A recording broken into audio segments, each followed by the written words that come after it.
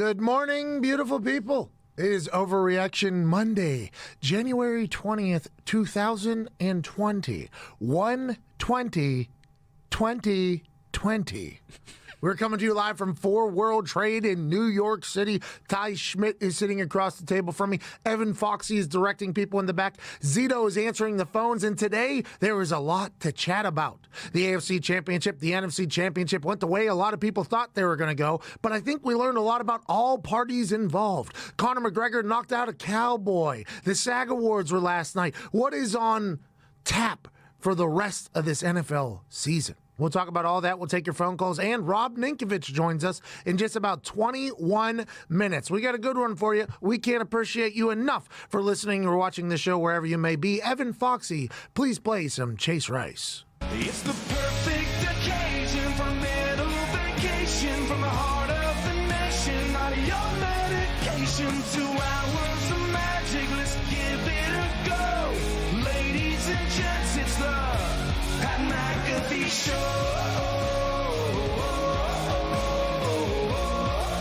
It's the Pat McAfee Show.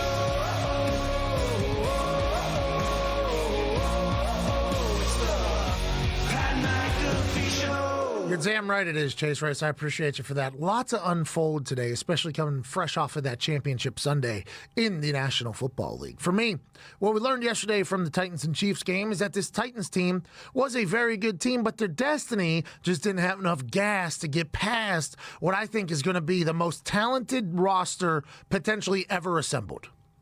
That defense since week 11 has only been given up on the Kansas City Chiefs side, has only been given up 16 points a game. 16 points a game. Patrick Mahomes can score 17 points with his left hand in one quarter if need be. That offense has so many weapons. You got Robinson guys popped up out of nowhere. Hardman popped up out of nowhere this year. Tyreek Hill, Kelsey, Sammy Watkins, Patrick Mahomes, and the offensive line has this ability because they're only rushing 3 and they dropped into the zone because they didn't want Patrick Mahomes to set. But they have this ability to beat you however they want to beat you. Started slow again. In the first game against Houston Texans, they were down 24-0. This time, they were down 10-0. The same memes about Andy Reid's season and the Andy Reid factor were popping up out of nowhere. And then all of a sudden, they flipped the switch and in the second quarter decided to dominate. Over the last 2 weeks, they've won the second quarter, or after the first quarter, 79-24 or something like that. 42 of those points coming in the second quarter. 6 drives in the second quarter the last 2 weeks for the Chiefs. 6 touchdowns in the second quarter for the Kansas City Chiefs. The way it goes is, whenever you think you have them, whenever you think you have it figured out, Dean Pease, the defense coordinator for the Tennessee Titans, schemed up something nice. Had him stumped there for the first quarter. Then Andy Reid and Patrick Mahomes figure it out, and in that second quarter, they just obliterate you. And then once that buzzsaw starts going, they go into halftime with the lead both times after being down.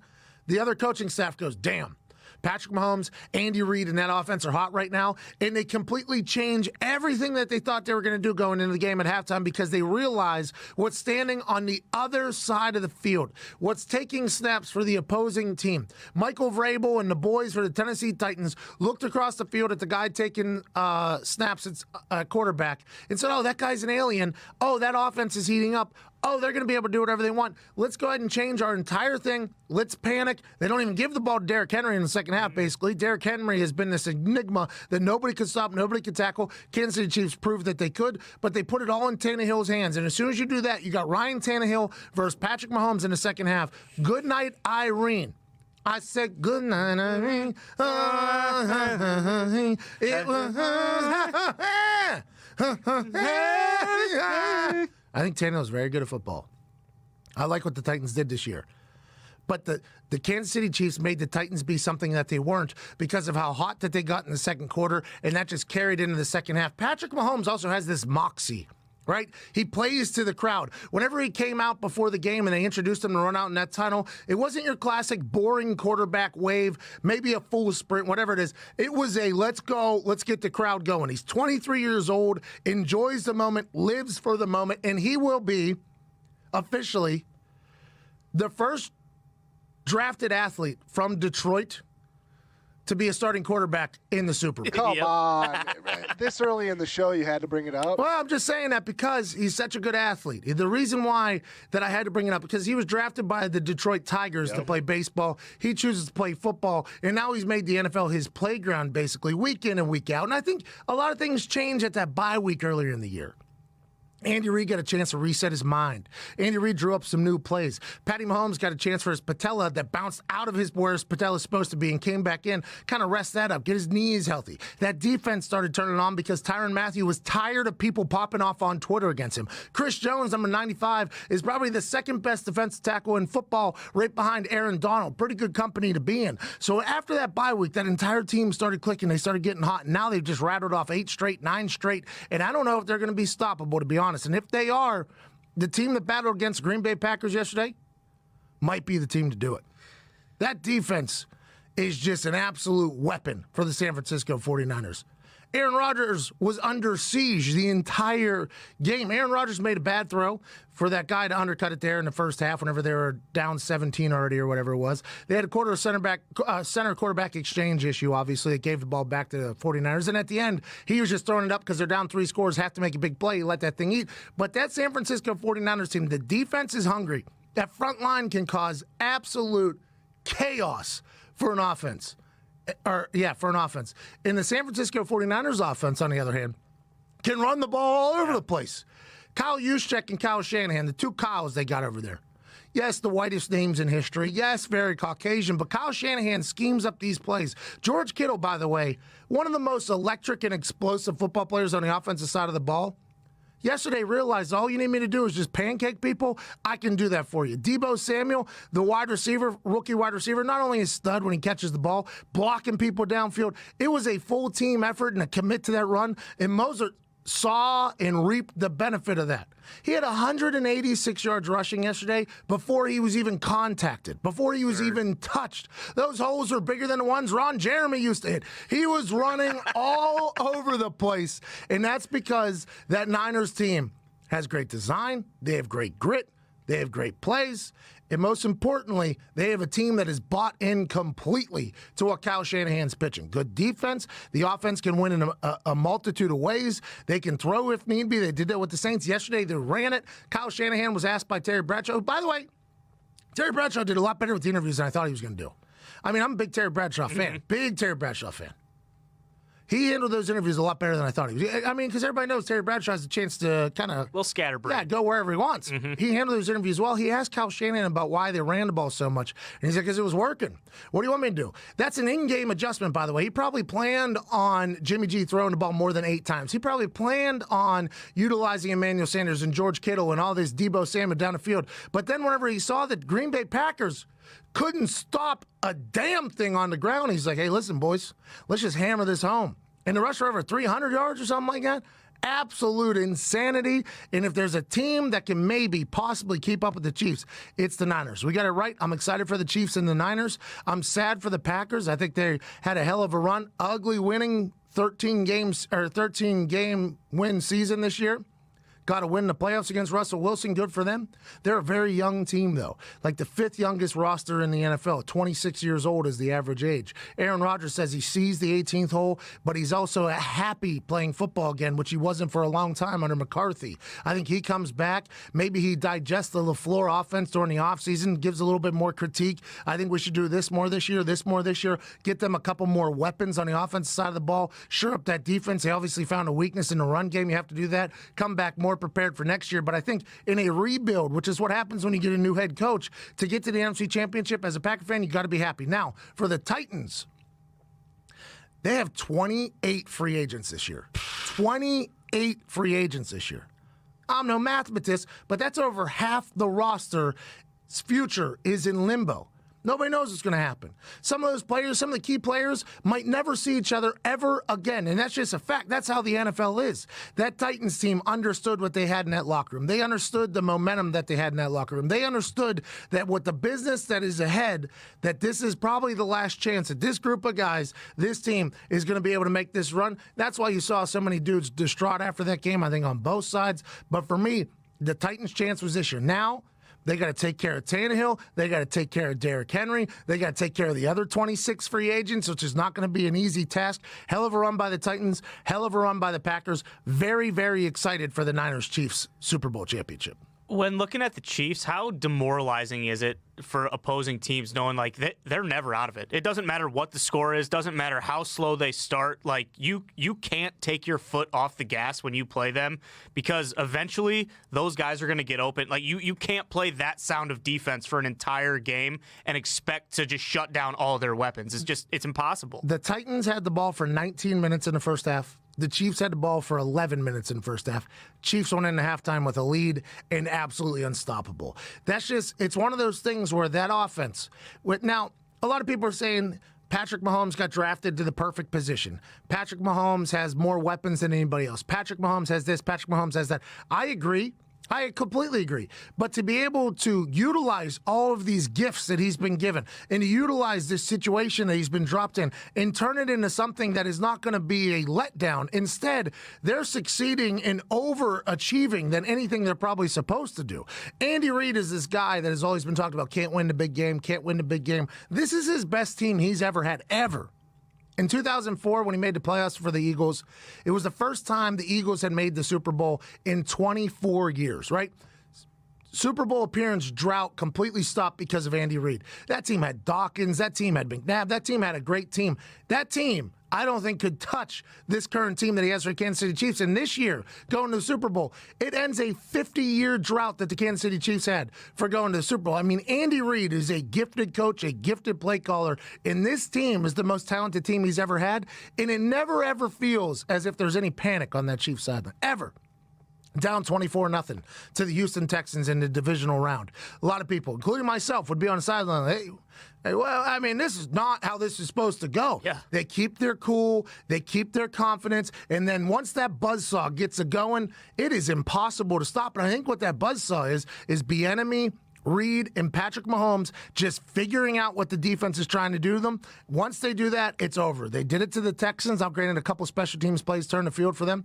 But I think against the Titans, it was just one of those things where as soon as they figured out what Vrabel and the boys were trying to do, which was double, they were trying to double a couple people. As soon as they found that out, they're like, all right, here we go. Now this is how we beat it. Pat, maybe you use your legs more. Maybe you run because you got everybody's back facing you because they're all running with our players. Maybe you run, and that's whenever Pat Mahomes pops off for a electrifying 30-yard scamper where he hits a spin move and runs over four dudes who are scared to death to tackle him because of a potential 15-yard personal foul. Doesn't matter. That's not Patrick Mahomes' fault. It's Patrick Mahomes making a play and taking what the defense is giving him. He throws the ball away. He had 5 throwaways yesterday, which is not normal for somebody because, he has that gunslinger mentality where he thinks he can fit it into a keyhole, which I appreciate and respect. But he also has the self-awareness enough to throw it away, live to see another day, and take what they give you. He is unbelievable. And at any given moment, Tutter. Travis Kelce didn't even have his biggest day yesterday.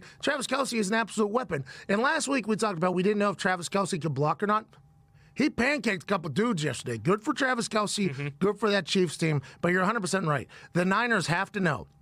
And I would assume everybody knows this, even Vrabel, because when they had to kick that field goal early, you almost saw it on Vrabel, like, damn, we had to take advantage of this. Because if that's 14 instead of 10, I mean, it's a little bit different story in the end. I guess it doesn't count because good teams win, great teams cover. The Chiefs covered twice now after being down double digits. Right.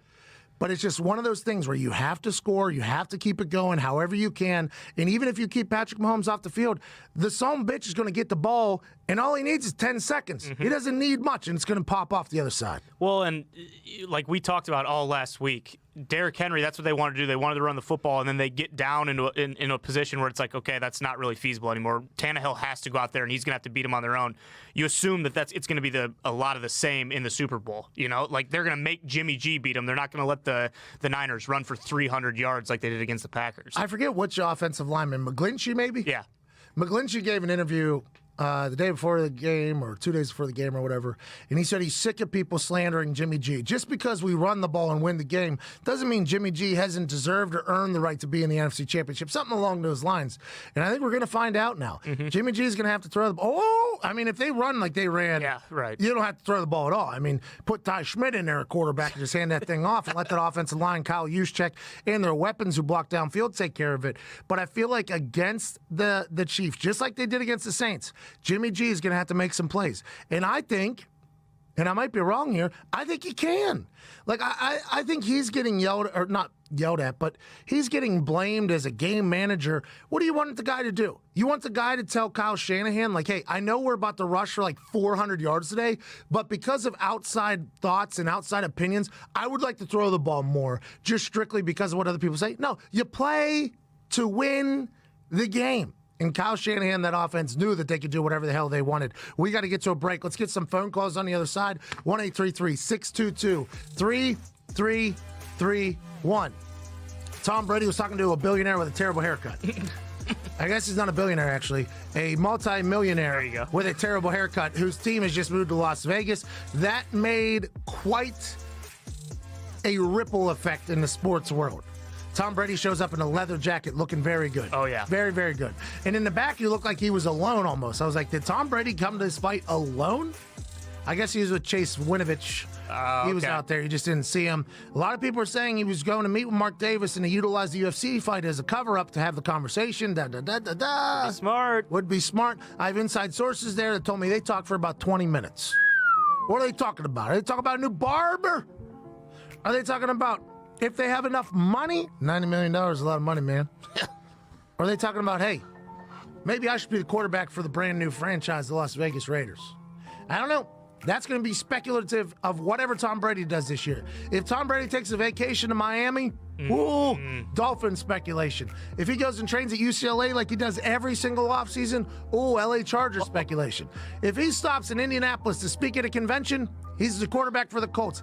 This is what Tom Brady has beautifully and brilliantly set up for himself. It's just like Brad Pitt said. Brad Pitt said, anytime I'm photographed with a woman, everybody assumes I'm dating her. That's what Tom Brady is right now. Yeah. Tom Brady, anywhere he's photographed or known to be, it is going to be a full conversation. The GOAT's playing here, the GOAT's playing here, the GOAT's playing here. And the people in New England who have rode this wave of success for so long just have to sit back and take it.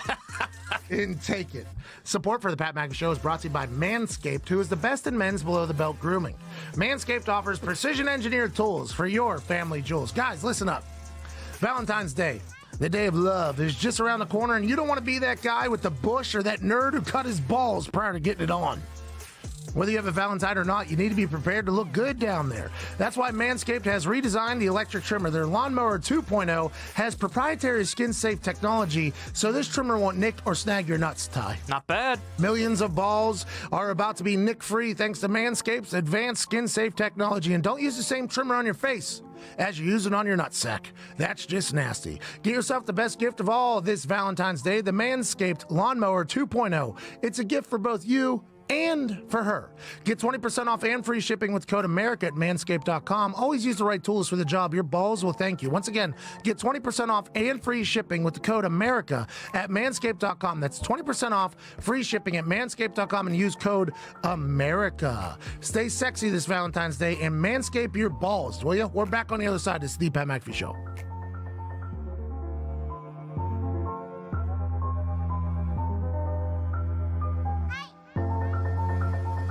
Looking at you, open up my eyes, and I'll stay with you forever all the time.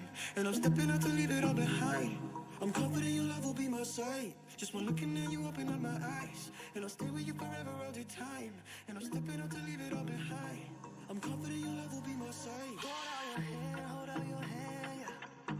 Every day you're with me when I think I can't stand, yeah.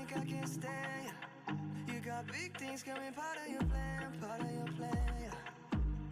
Step up in your love. I see you're the one I want. The love that you were giving is salvation. You will keep me moving if I'm patient. I just wanna get right to the racing. You love me so I could be complacent. Not afraid of the battles I've been facing. Nothing that you do is ever wasted. And you got the fire like I'm blazing. Cause I'm just trying to copy when I FaceTime. Just been looking at you, open up my eyes. And I'll stay with you forever all the time. And I'm stepping out to leave it all behind. I'm confident your love will be my sight. Just been looking at you, open up my eyes. And I'll stay with you forever all the time. And I'm stepping out to leave it all behind. I'm confident your love will be my sight. Big mountain, what do I say? Them can never love you my way. You go low, then you go high. You go near, then you go far. You go going around, around, around, around, round, around, round, around. But you're falling down and down and down. You just wanna go the distance. Promise you I'm what you're missing. Promise you my life, promise you my time, promise you no lie. Yeah, yeah. Carry go. I'm on me more to carry low. Oh yeah, yeah. Oh da da da da da. Oh da da da da. Just been looking at you, open up my eyes, and I'll stay with you forever all the time. And I'm stepping out to leave it all behind. I'm confident your love will be my sight. Just been looking at you, open up my eyes, and I'll stay with you forever all the time. And I'm stepping out to leave it all behind. I'm confident your love will be my sight.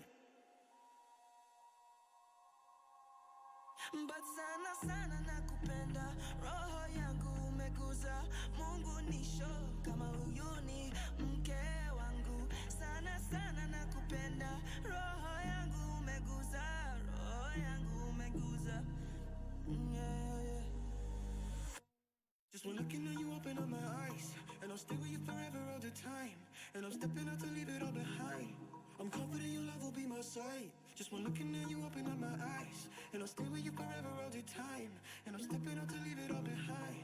I'm confident your love will be my sight. Hold out your hand, yeah. Every day you're with me when I think I can't stand, yeah. You got big things coming, part of your plan, yeah. Step up in your love, I see you the one I want. The love that you were giving is salvation. You will keep me moving if I'm patient. I just wanna get right to the racing. You love me so I could be complacent. Not afraid of the battles I've been facing. Nothing that you do is ever wasted. And you got the fire like I'm blazing. Cause I'm just trying to copy when I FaceTime. Just been looking at you, open up my eyes, and I'll stay with you forever all the time. And I'm stepping out to leave it all behind.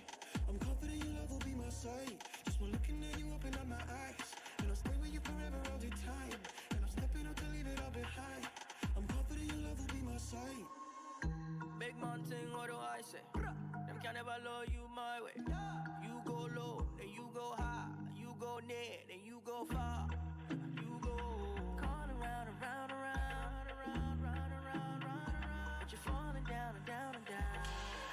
You just wanna go the distance. Promise you I'm what you're missing. Promise you my love.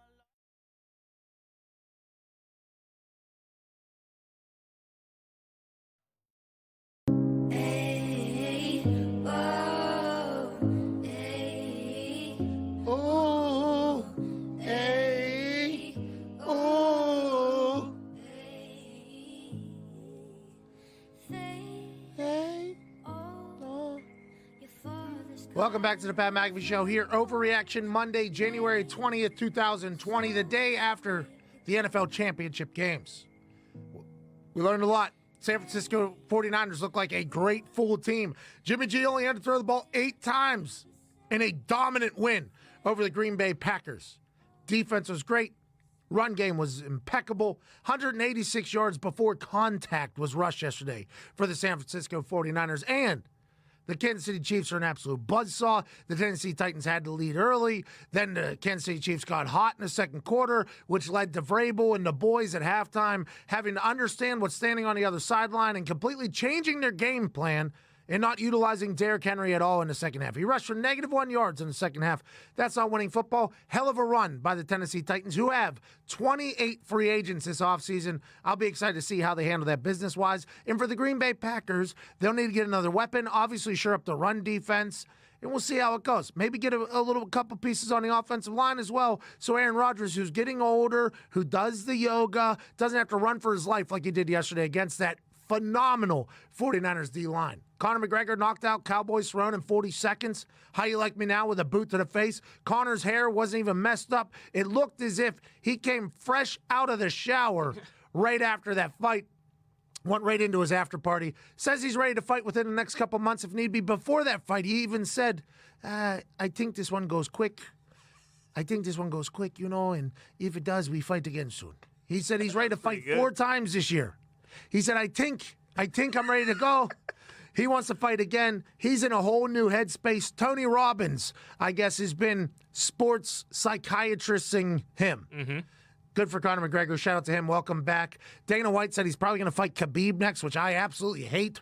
I would rather he fights Jorge Masvidal for the BMF title. That'd be beautiful. I think the hype for that would be real. But if Conor loses to Khabib, not great. It's over. For anybody. And I don't think the Khabib fight can get as much hype. What? The guy jumped over the cage and wanted to fight a member in the crowd. Good. Dana White is a professional fight maker. I understand that. But for me, you get him and Jorge Masvidal. Let's go ahead and build this up, get him the BMF title. And let's see if Conor McGregor is the Conor McGregor of old. He said whenever his last couple fights, he said he wasn't focused. He was drinking the week of fights and things like that. He said he's back into a very calm headspace where he's fully committed to fighting. He's already made his money. He's already done everything else he needs to do. Now he just loves fighting, and his entire team feels that way. Let's get him in there with Jorge Masvidal then. The guy that used to fight in Kimbo Slice's backyard. Yeah. Kimbo, rest in peace. Right. Moment of silence. Kimbo was the man. Back whenever I was a kid, I used to use dial-up internet. Get on the internet and watch this guy just with his fists and massive upper body walk into somebody's backyard or gym or whatever and just beat the hell out of him. Jorge Masvidal used to do that in his backyard. Mm-hmm. When Kimbo Slice wasn't beating people up or being a bodyguard for porn, he was finding new fighters. Jorge Masvidal was one of those guys. He is an absolute electric factory, and he's already on record as saying Dana White won't want him to fight Conor McGregor strictly because he would kill him, like actual homicide. Conor McGregor, that's the fight the world wants to see. Will we see it now or will we see it later? Who knows? Tom Brady was talking to Mark Davis, the owner of the Oakland Raiders, now the Las Vegas Raiders, at that fight. Brought all the stars out, by the way. Matthew McConaughey was there. Dave Bautista was there. Bill Zarian might have lost $2 billion on Cowboy Cerrone. If that wasn't that might have been fake. Could have been, yeah. That might have been fake. Had to be fake. I don't know what he was thinking. There's a lot of money. Anyway, the stars were out. Myles Garrett was there with a friend. Yep. Tom Brady, though, was photographed talking to Mark Davis, and I have inside sources saying that they were talking for about 20 minutes down there. What could they have possibly been talking about? Obviously, they're talking about Tom Brady becoming the quarterback, starting quarterback, and possibly assistant head coach for the Las Vegas Raiders. John Gruden would absolutely love to have the greatest of all time in his building. It's not just good for the offense. It's good for everybody to see what it takes to be great. I don't think he goes to the Las Vegas Raiders, but this is what Tom Brady has set up with his cerebral approach this year. For every word that has come out of his mouth, anything that he is directly connected to, whether it's a photo in Vegas with Mark Davis, whether it's a trip to Miami or California or Indianapolis will stop by, this conversation is going to start, this speculation is going to start, and that's exactly where you want to be if you're TB12. So, in your opinion, when something like that happens, no matter what is said, does that put pressure on these other GMs? Are they thinking like, oh, like the Raiders are in the lead right now? Like we or is it more? I don't think anybody thinks the Raiders are in the lead because the season doesn't end until March, right? March, nothing can happen. But they definitely see and then in his interview afterwards where he's like, he's open to the process, he's open to this, he loves playing football. Not once in that interview did he say, I hope I end up back at the Patriots, right? Which is all anybody was waiting for him to say was he hopes he goes back to the Patriots. He didn't say that. He said he loves football, still has a lot left to prove. I think all these things are making people go, well, damn, he really is going to leave. And I think that Mark Davis picture, Tom knew exactly what he was going to do. Yep. Tom Brady knew exactly what that was going to do. I think I might have been the first one to tweet it out, by the way. Shout out Gumpy for finding that photo. Mm-hmm. But the speculation is real. Let's get to the phone. Let's get to a phone call real quick before we have to take a break before Rob Ninkovich joins us. Zito, let's go to line 4. Yes, sir. Reg, you're online.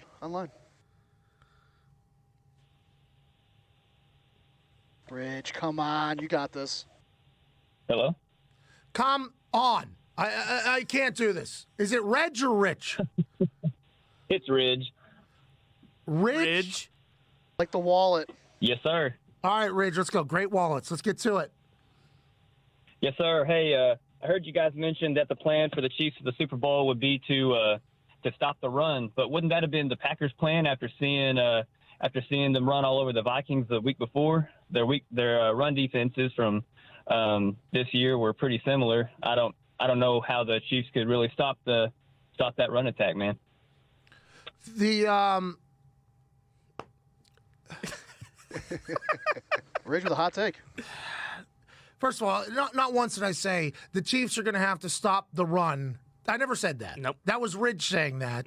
Obviously, the Chiefs are going to have to stop the run after watching what just happened. I mean, that's in every single game plan. The Chiefs' defense has not gotten enough credit, though, for how good they've been. Now, granted, they gave up a 24-zip lead to the Texans, but outside of that, since Week 11, number one defense in the entire league. Only given up 16 points since then. Something happened in Week 11. Tyrann Mathieu, I think that's when he and Ryan Clark got into it on Twitter, was sick of that. Chris Jones, who's one of the most disruptive D tackles in the game right now, number two behind Aaron Donald. He, Clark, and the boys up front. I think the Chiefs' defense is a different animal than Green Bay Packers' defense. Obviously, they're going to have to stop the run because if they don't, Kyle Shanahan's going to keep beating it up. Just beating it up. Just beat it up, beating it up. Let's get to a break. Obviously, they're going to have to stop it. But the Chiefs' defense, I think, needs a little bit more respect on their name. A lot of people are judging them off they were doing the first 10 weeks. They've been hot since then.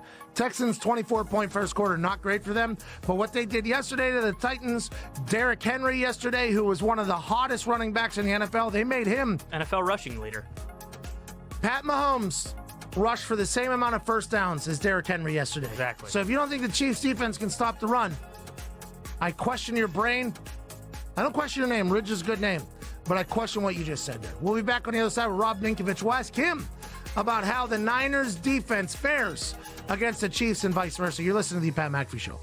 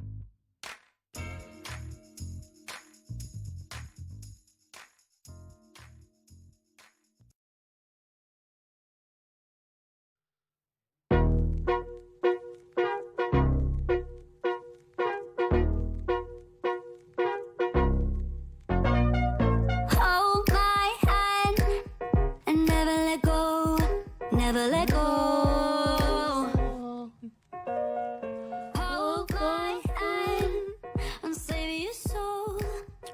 Welcome back to the Pat McAfee Show here on this Monday, January 20th. Joining us now is Super Bowl champ, a man who looks like he's lost about 75 pounds since leaving the NFL. You can see him on the ESPN. Ladies and gentlemen, Rob Ninkovich. Attaboy, Rob.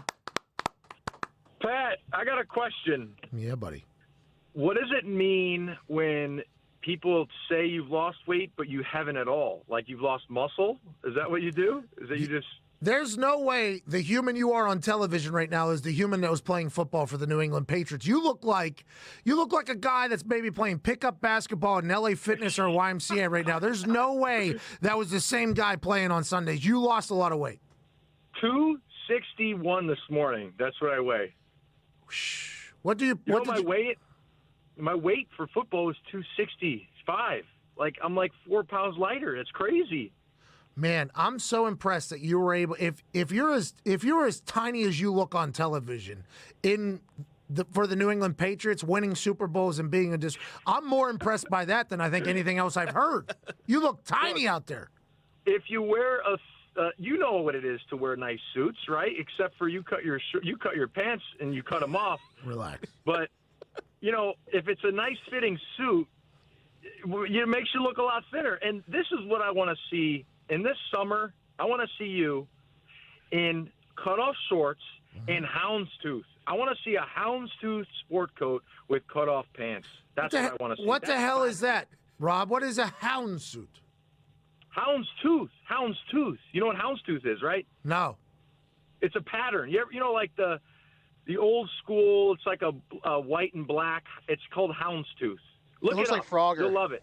I've been wearing all black lately, strictly because of how fat I've gotten. I weighed in this morning 265, Rob. 265. No, you're not 265. True. I'll take a picture on a scale tonight. I might be 270 if I hit this pizza on the way out of here. Straight all in your ass. Speaking of in my ass, let me say something out of my ass right now. I don't think... Great golfer, huge ass. I don't think the Niners defense will be able to be as dominant as they were against the Packers as they will against the Chiefs because of how many weapons they have and how offensively productive Patrick Mahomes has been. Am I right or wrong there? Yeah, no, you're right. You're right. I mean, look, when you watch Kansas City play, they're so explosive. You look at Tennessee, it was like 10 plays, 12 plays. You look at Kansas City, 3 plays, 4 plays, touchdown. So it's going to be tough. My only concern for this matchup is Kansas City's ability to stop that 300 monster running game. The 49ers running game is very impressive. Oh, yeah. And I got hats off to them guys. Like they were playing, the front was playing really tough, getting after Green Bay, nasty, running the football. I mean, it's going to be one of them old school versus new school, I think, type Super Bowls because of the fact, Jimmy G only threw it 8 times, right? That's nuts. That's crazy. But if you could run the ball, why throw it?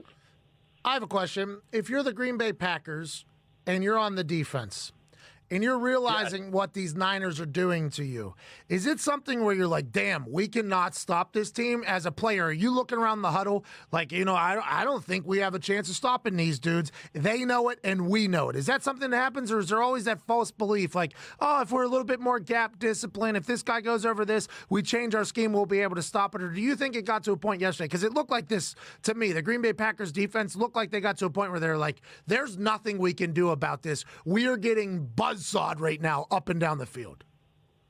Yeah, I mean, at a certain point, you just you're like looking at each other like, wow, we suck right now. We can't stop anything. As a defender, I've been there where you're like, what the F is going on? Like, do we suck this bad? Is this really this? Is this us? Is this really how bad we are? And then in the fourth quarter, when you're getting slapped across the face, of course. So, yeah, they knew it. They couldn't stop them. Like, they were getting gashed. And I have when I watch bad football, it bothers me. Like, when I watch Kansas City choke off sides 3 times on defense, it bothers me. When I watch defenders pass rush in running situations and just have gaping holes to where your chubby butt can get through there and run for 15, 20 yards untouched, that bothers me, and I was bothered watching some of these plays yesterday. Bothered me. You know, the thing that you just mentioned there, we'll get back to the Packers defense not being able to fill a hole or anything like that. 186 yards, by the way, from Mostert before he even contacted. So he had 186 rush yards yesterday without even being touched. We'll talk about that in a second. But let's go back to your Kansas City Chiefs. The blindside block call, the offsides. Then the week before that, they had 3 special teams blunders, and they're still winning by double digits, Rob. They have yet to put together a good game in the playoffs in all 4 quarters, and they are still dominating, folks. Is there any chance of them putting together 4 sound quarters, or is this going to be something where they play 2 good quarters, 2 bad quarters? Is this just kind of how their team is? I think it's just kind of how they are, honestly. When you watch them early in the game, they just look out of sorts, out of sync, and then they just get it together and start putting drives together, and they're unstoppable. So if I'm the 49ers, I'm coaching, look, we got to play for 4 quarters, and if we get up on these guys, we can't take our foot off the gas. We got to continue to throttle down on these dudes because they're so explosive and so good. Special teams-wise, I mean, if you get a punt blocked and then you muff a punt, your chances of winning are slim to none. Yep. And they beat the Texans by like 30. You know, so I played special teams. I was a core guy, you know, and I know how important that is, so I took a lot of pride in it. These guys in this game cannot make any mistakes like they have in the past. You know, when you watch the first Tennessee Titan game versus the Kansas City Chiefs, they have a chance to go and score to put the game in overtime, and they freaking get a field goal blocked. Like, these plays, if it comes back to you, it could haunt you. So they gotta be tight in every aspect of this game because the 49ers, they could capitalize on any of these plays and put it out of reach for you. You know what it's like, Rob? It's like when a team can't make free throws. I think back to it's when Shaq's at the line, you're like, just make 1, and he misses 2. I think back to and this might be too long ago, but that Memphis team that was so good, but they couldn't make a damn free throw, and everybody's like, oh, they're so athletic, they'll carry them. And then they got to the championship, and they missed like 20 free throws, and they lost the game. That's what special teams is. And this Chiefs team has been able to, now, Colquitt and Buck are very good, but it feels like they just make dumb mistakes on special teams, almost because they feel like, doesn't really matter. I mean, this doesn't really matter. I mean, it almost feels like that. But once you run into a team that's equally as great as you, and I'm not saying the Niners are. I'm not saying the Niners have nearly as much weapons as the Kansas City Chiefs do on the offensive side of the ball, but that Niners team is a complete team. I mean, they can wreck you in all 3 phases. That's one that could potentially catch up to you and get your ass. Yeah, well, I think the equalizer is just the front. I mean, you look at Bosa and the things that he's doing as a rookie. And look, when I was a veteran, I didn't care if they drafted somebody because I was like, oh, there's no way they're going to get it and they're going to be better than me in their rookie season. That Bosa kid is freaking good. He's better. He would have taken my job because he plays hard. He's fast. He gets after, like, later in the game when him and I think it was him and Alexander. I can't remember the linebacker, but he rolled up on somebody. I don't think it was Alexander. Somebody else. But he made the play 10 yards down the field on a check down, like he's running to the ball, which that's, you know, for me, I get it. WD, white guys, yeah, we run to the football, but the guy plays hard. I love it. I am a big fan of watching Bosa play the football. I'm a big fan of George Kittle. I love what that offensive line and Kyle Juszczyk have been able to do. If this game ends up on Jimmy G's arm, which it could because the Chiefs defense eliminated Derrick Henry, they made Ryan Tannehill have to beat him. If this ends up on Jimmy G's arm, do you think they could still win this game? Yeah, I do. I have a lot of faith in Jimmy G. I was with him for a while. He's a great teammate. I was able to witness just kind of the way he prepares and how good of a football player he is. Before practice, I would go out to practice early, and me and him would like play face 2 points, chest 1 point. Oh yeah, You know, you play the accuracy game, and the guy is a freak as far as accuracy. And I know there's 1 or 2 a game, just like any quarterback. You ask any quarterback, hey, you wish you had a few balls back? They're going to say, of course, I wish I had that one back. He just can't make that throw in this game. He can't throw a lazy ball out to the flat, floater in cover 2 or something like that and get it picked. He just has to be consistent, manage the football game, rely on his running game, rely on the offensive line. Don't try and make too much stuff happen with you can't compare yourself to Mahomes. You can't say, oh, I'm going to make an explosive play like that guy. You just got to take what the defense gives you, read the defense, play what you know how to play, how you know how to play, take care of the football, because at the end of the day, football teams lose more games than actually win those. And when I say lose, that's a Belichick thing. These guys, these teams lose football. It's like you watch the Packers, right? And then you could take experience and throw it out the window, because experience means absolutely nothing in the playoffs. We've seen guys like Rodgers with playoff experience and Super Bowl rings fumble snaps under center and turn the ball over when they're driving to score. We've seen guys unheralded that have never made a play in the Super Bowl, Malcolm Butler example, come up in the biggest game of their lives and make the game-winning play. So you got to throw experience out. Everything just comes down to execution, playing the right play when you have to make it. And who's going to do it? We don't know. Who's going to make a game-losing play? We don't know. But I do know this. The Super Bowl, having these extra 2 weeks to prepare, it might tighten you up a little bit. Some of these dudes are going to have diamonds dropping out of their ass because they're going to be a little tight. So you're going to have to relax and rely on your preparation to go out there and succeed. Is Jimmy G a guy that will get tight, or does he seem like he's carefree? I think Jimmy G has gotten a lot of unwarranted scrutiny because of the amount of success that they had on the running side just yesterday. A lot of people talk about how Jimmy G only threw it 8 times. He's a game manager. He's this. Every quarterback's a game manager. It's just whether or not you win is all that matters. Do you think Jimmy G cares about any of these things that are said about him, or do you think Jimmy G will kind of rise to the occasion and not give a damn about anything else? I don't think he's going to give a damn about what everybody else says. Everyone's got an opinion. Us, Pat, us. We are the so-called experts, right? Oh yeah. And the first week of the playoffs, guess what? I was 0-4. Next week, I have some redemption. I'm 4-0. Now I'm 2-0, so I'm back on top as far as record goes. 6-2 in the playoffs. Attaboy. Or 6-4. Sorry, 6-4. But I would say this: you cannot, as a football player, and you know it too, you cannot waste any time listening to outside noise. Yes, you can let that stuff motivate you. I've had plenty of people say, "Oh, Ninkovich, can't walk to the bathroom without tearing an ACL. Ninkovich sucks." All this stuff. You just take it and you just put it in the bank. Yeah, okay, you're saying that about me. I got it. And then you go perform and you try and shut as many people up as possible with your performances.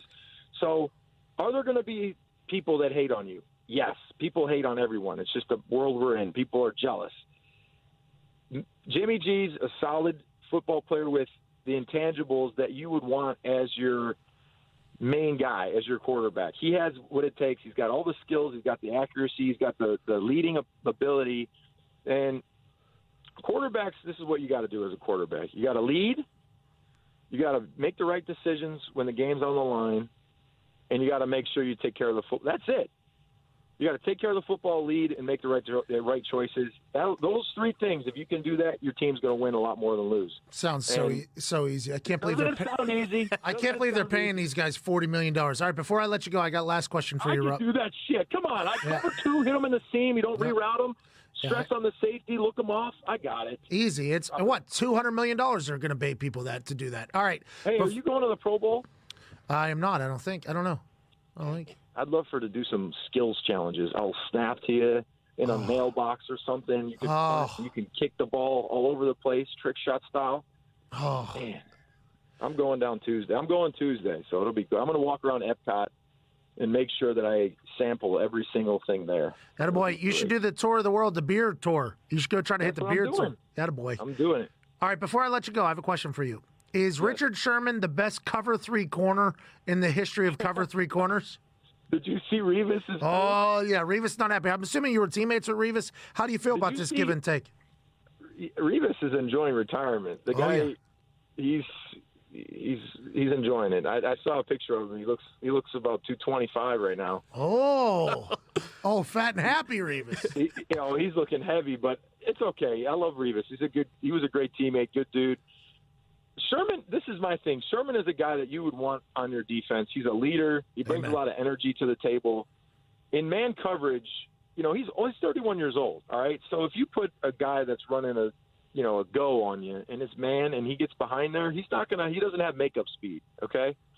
But if you tell him to hard read the quarterback and he's there for, tackling and he's always going to make the right decision in Sometimes, yes, in man, you'll get beat. I don't care who you are. If it's man coverage, you're going to get beat. Mm-hmm. But once one of the best special teams coordinators I've ever been with, okay, Scotty O'Brien. Scotty O. Scotty O. I'd mess up something. He'd go, hey. Say it just like this. Hey, guess what? They get paid too. They get paid too. Yeah, true. So they get paid too. You're going to get beat. I've missed tackles. I've gotten beat. I've had tackles throw me to the ground. I've been depleted. And I get back up. I say, hey, good job, buddy. So, look, Sherman, I think, brings a physicality, like a mindset. He always seems angry, right? He's always yelling. He's mad. They don't believe in us. They sweet, And they're like, what? Who doesn't believe in you? But he just brings that to the table to where the rest of the team's like, okay, I'm with him, So sometimes defense, you just need a mindset. That's all it takes. And well, I think cover 3, cover 2, zone, read the quarterback. Man, I don't care what you're doing. If you're making plays, I think you're a good player. Amen. Just like you were, 2-time Super Bowl champ, not fat, not skinny, same weight he used to be, Rob Ninkovich. Thank you, Rob. I'm running the Boston Marathon. Wish me luck. Hey, good luck out there, pal. I couldn't walk that thing. I'm gonna be eating donuts on the way. Jeez, don't do that. Rob, do whatever you want, actually. How about him saying Darrelle Revis 220? Darrelle Revis just sitting back watching that game. He's like, man, I'm tired of this. I love Richard Sherman. Love Darrelle Revis. Love that they're chirping at each other. Absolutely. I think we got it right. Chiefs and Niners are going to be a hell of a Super Bowl. Excited for this first hour of conversation. I'm happy we did that. Happy we got everything out of the way. Second hour, we'll take a couple more phone calls. We'll cover the championship games yet again. And maybe we'll do a little MMA talk. Conor McGregor, he should fight that Jorge Masvidal guy. I agree. The whole world wants it. Give the fans what they want. We want the BMF title potentially on Conor McGregor's shoulder. Imagine what that guy would do with that thing. The baddest mother title? That's a good title for Conor McGregor to have. Maybe Dana wants him to beat Khabib and then that so we can build it up. Conor looks good. So do the Chiefs. So do the Niners. This show, not so much. We're back on the other side. This is the Pat McAfee Show.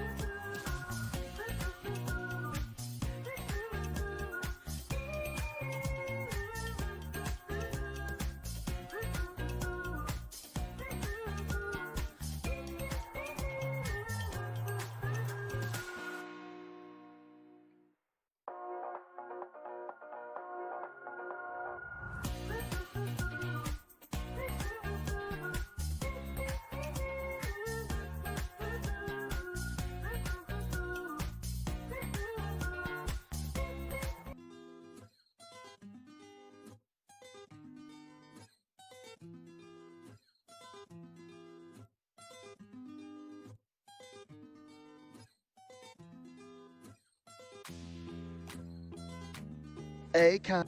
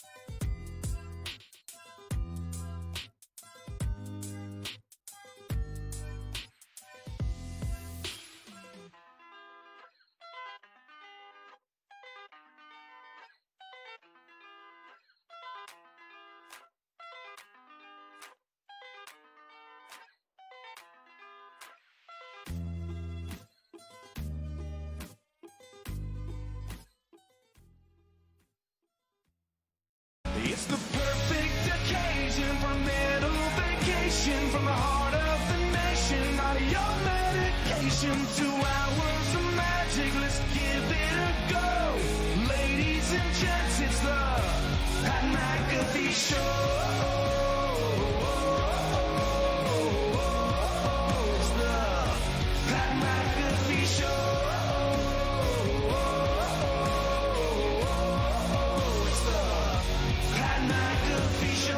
You're damn right it is, Chase Rice. It is Monday, January 20th, 2020. One day after incredible championship Sunday where the teams that we thought were win did win. Both were more than a score favorites, and they ended up covering both of them. Good for them. Rest in peace to the 2019 Green Bay Packers and the 2019 Tennessee Titans. Also, say goodnight to Cowboy Cerrone's nose and jaw. Conor McGregor gets a big win on Saturday night at UFC 246. At that fight, Tom Brady talked to Mark Davis, who has one of the worst haircuts I have ever seen in my entire life. Yep. But that conversation generated a lot of other chitter-chatter about the future of Tom Brady. We'll cover all that this hour. I'm being joined from 4 World Trade in New York City. It's a beautiful-looking day. Yeah, it is. Cold as hell. Beautiful looking, though. You walk these streets, it's not bad, it's not bad. You get to a crosswalk, though, where the buildings aren't, and you get hit with a gale force, freezing cold wind right to your suck hole. And I couldn't feel my face getting here this morning. Excited to be here, though. Ty Schmidt, diehard Packers fan. Rest in peace to your fanhood.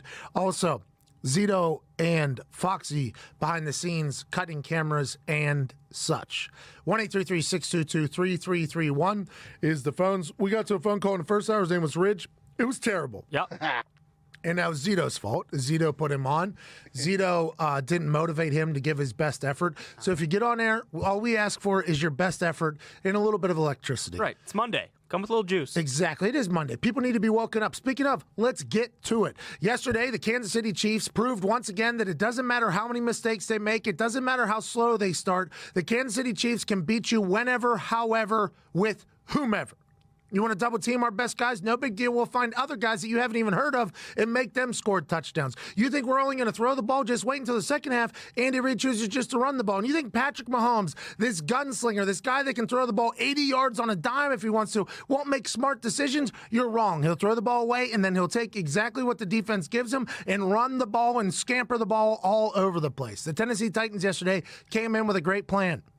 We're going to have sustained drives. We're going to pick up first downs. We're going to get the run game going. We're going to let Ryan Tannehill open it up. We're going to do this. They set up for a field goal early, 3-0. Then they score a touchdown, 10-0. And everybody's like, wait a minute. Is this the same thing we saw last week? Or is this the Tennessee Titans' destiny leading them to a victory over a team that looks unstoppable? And then all of a sudden, what happened? The Kansas City Chiefs decided they were going to be good again, flipped the switch. Patrick Mahomes leads them down the field in like 45 seconds, scores a touchdown. They're back in the game. Bing, bang, boom. Take the lead before half. And at halftime, Mike Vrabel, Dean Pease, and the boys had to make a decision. They had just seen Patrick Mahomes and that Chiefs offense in the second quarter get hot. He knows that in the last 2 games, the Kansas City Chiefs in the second quarter have 6 drives for 6 touchdowns. They decided to completely abort Derrick Henry project, which has been the thing that they've been banking on their entire season. This entire magical run has been Derrick Henry in the second half. They even said in all the pregame shows, like, Derrick Henry, in the first half, his numbers aren't that great, whatever, he gets it going. But in the second half is when Derrick Henry just punishes people. He's averaging like 10 yards a carry in the second half. Boom, boom, boom. But what happened was they saw Patrick Mahomes, Andy Reid, and the boys get hot in the second quarter. And at halftime, they said, we got to put this on Ryan Tannehill. We're going to have to throw this ball. We can't just run the rock, because if we do that, they're just going to outscore us and they're going to keep it moving. Derrick Henry had -1 yards in the second half. He had the same amount of first downs as Patrick Mahomes did with his legs. They completely aborted the mission, and instead, the Kansas City Chiefs, who have done this time in and time out, especially in their last 8 weeks, this run, made a team play left-handed, which is something that the Patriots used to do. It's something that good teams used to do, and it's a great way to win, especially when you have an offense that can score as quick as a hiccup. Patrick Mahomes is an alien. This dude has every single thing you could ever ask for an NFL quarterback. Yes, Lamar Jackson was an anomaly. Is an anomaly. That offense was catered to Lamar Jackson making plays. And if Lamar Jackson's off just a little bit, it turns out the Titans get that win. But with Patrick Mahomes and all the weapons, it just feels like this guy, whenever he wants, however he wants, can pick apart a defense. Now, did he get dropped into a situation that's beautiful with one of the best NFL coaches of all time, Andy Reid, one of the best play callers of all time, Andy Reid and Bieniemy, and also with one of the greatest offensive sets of weapons of all time? Yes, but has he taken advantage of it? Absolutely. Patrick Mahomes also the only player to ever be drafted by a Detroit team to start in a Super Bowl. Come on. I mean, do you really have to bring that up? Those are the Hey, facts. credit the Tigers, though. They knew they had an athlete in that guy, but didn't matter. Should maybe take the Tigers guy to the Lions to get Patrick Mahomes potentially there. But Patrick Mahomes, and by the way, Chicago Bears have to be watching this too. Because they drafted Mitchell Fair Trubisky. enough. Yeah. Zito was laughing at Detroit there. you deserved it too. But what Patrick Mahomes and that offense can do is whatever they want. Whatever they want. They just have to flip a switch. And the defense of the Chiefs since week 11 has been the number 1 defense in the NFL. Now, they gave up 24 points to the Texans in the first quarter of the game last week. So that's obviously something to open your eyes to. They were down 10-0 to the Titans in the first quarter this week. That's something to open your eyes to. But since week 11, the Kansas City Chiefs defense has averaged giving up 16 points. That's it. 16 points. You do a little quick math. Patrick Mahomes can score 17 points in any given quarter with his left hand. This is a recipe for success. They even have blunders on special teams. They give up block kicks. They do all these things. They muff punts. They do all these things in special teams. They give up fake punts like they did yesterday to the Titans when it was obvious that they were probably going to fake it. Down 3 scores in the fourth quarter. It doesn't matter because of how talented the offense is, how talented the defense is. That team is a buzzsaw right now. That team is going to be tough to stop because once you think you'll double team this guy, somehow, some way, Veach, the GM, drafted somebody else. Andy Reid plugs him in, and they do something wildly different, and somebody else gets the ball. They ran the ball down the Titans' throats. Ran the ball down the Titans' throats in the third quarter. When you thought that team couldn't do anything, and stats said that they only ran on 24% of their plays or whatever. In the second half, the Chiefs said, you know what, we'll run all over this team. If you want to drop 8 guys into coverage, 8 guys in the zone, and only have a 3-man rush on Patrick Mahomes, we'll just run the ball, or Pat will run himself, and they took advantage of everything. Incredible run by the Tennessee Titans. Actually hate that it's going to stop. I enjoyed watching them play football. I enjoyed watching a guy who's 247 pounds run 21 miles an hour through people, around people, and shake the hell out of people. I loved watching this Titans team. But if you're a Titans fan, 28 free agents on that team. 28 of them. And the nature of the beast is this in the NFL. There's a lot of people on that team who are never going to see each other again. Ever. Ever. They just had this miraculous run in the locker room. They were celebrating together. They were getting on planes together. They were taking pictures together. They went on this dynasty-like thing. And now they will never see each other again. And those might be two notable players. 28 people have to get their business settled. Two of them are Ryan Tannehill and Derrick Henry, who are a large part of this success. Now, granted, the offensive line also.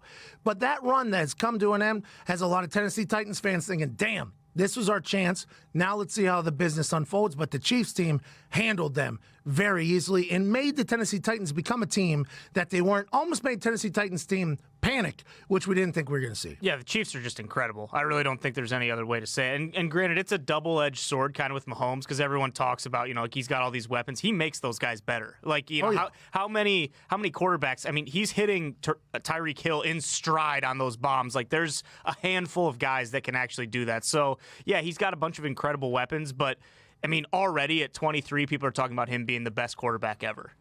Yeah. And it's hard. It's almost hard to argue when you watch him play. Andy Reid is a guy who took the Philadelphia Eagles to a Super Bowl for the first time in 24 years in Philadelphia. Now he's taking the Kansas City Chiefs to the Super Bowl for the first time in 50 years for Kansas City. I still don't know which Kansas City it is, but one of the Kansas City, Missouri. Mm-hmm. Congrats to both Kansas Cities. Yeah, both states, yes. Both Kansas and Missouri.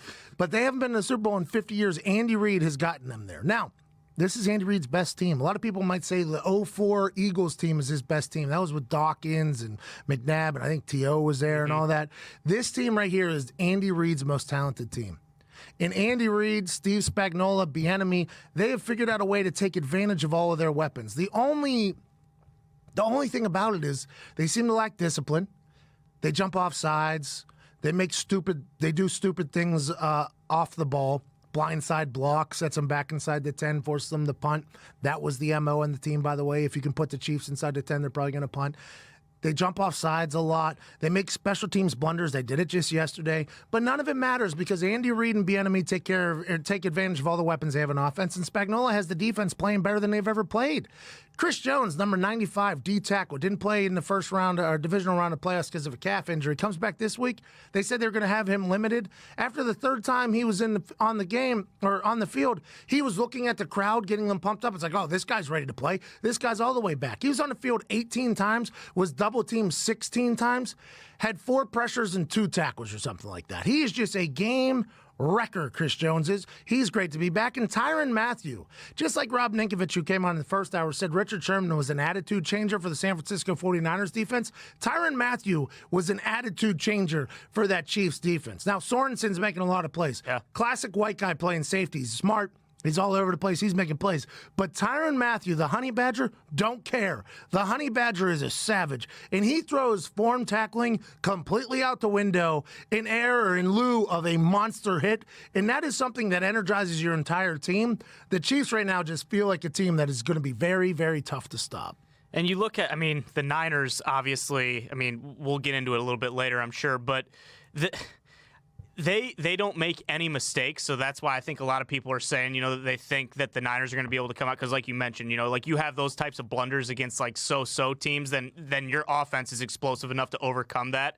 But that Niners team exactly what they're going to do, and they still come out and punch people in the mouth, and it's like there's nothing you can do to stop it. The Niners yesterday, by about probably, second quarter, maybe late first, the Niners learned that they were able to run however they wanted to run against the Green Bay Packers. I don't think Kyle Shanahan's idea yesterday was we're going to run the ball and Jimmy G's only going to throw it 8 times. I assume that was not the game plan. But once you realize that your offense is absolutely manhandling the defense, George Kittle was just pancake after pancake after pancake. Deebo Samuel was blocking humans 20 yards down the field for the running back. That offensive line and Kyle Juszczyk were just blowing people out of the water. 186 yards were rushed yesterday for the San Francisco 49ers before they even had contact. Absurd. 186 yards before being touched. That's like flag football. They ran for 186 yards yesterday before somebody even from the Packers getting a hand on them. Whenever you're that dominant at moving humans, you don't need your quarterback to throw the damn ball. You don't need him to. Like, hey, Jimmy, you're really handsome, okay? You were able to throw the ball over the yard against the Saints and some other teams, and we appreciate you doing that. But you're seeing the exact same thing we're seeing. You just hand the damn ball off and get your handsome ass out of the way, and we're going to be in Miami in a couple weeks. And that is exactly what happened. Now, the Niners defense, just like the beginning of the year, their first half of the year, and there towards the end, were dominant, just absolutely causing chaos for Aaron Rodgers, making his life miserable. That front four is stupid. And I think Dee Ford's back, which is hilarious. I mean, Nick Bosa is this rookie who obviously sat out his last year at Ohio State after getting an injury after a couple weeks in, and has been preparing for this and studying for this, and his older brother's in the NFL, and his grandfather was a boss in the mob, so he's obviously a hard ass. But what Nick Bosa can do with his energy and his motor and his technique and his ability to just shed blockers is next level and game-changing. And George Kittle, Sherman, all these guys have been quoted in the middle of games as saying Nick Bosa is the reason why this defense is so damn good. He's just a little Energizer bunny in there who wreaks havoc. If anybody can stop the Kansas City Chiefs, it's Nick Bosa and that front four potentially making Patrick Mahomes' life miserable. But let's assume that Andy Reid's going to get that ball out of his hand quickly. Let's assume that Patrick Mahomes, who makes smart decisions, he's not scared to throw the ball away, not scared to tuck it and run it when he needs to, and he doesn't take a big hit unless he's trying to spin move guy and score a touchdown. But that's going to be the real chess match. Can that front four get to Patrick Mahomes before Patrick Mahomes and Andy Reid can get the ball out of his hand? I'll be excited to see it. I have a question for you. Yeah, buddy. So the Packers going into that game, a lot of the players and the coaches were talking about we have a really sound game plan this time, and we're very confident with how we're going to attack the 49ers. Did that just get thrown out the window? Like when they get smacked in the mouth and they're getting their asses kicked like that, do they just panic and it's like, all right? What did Mike Tyson say?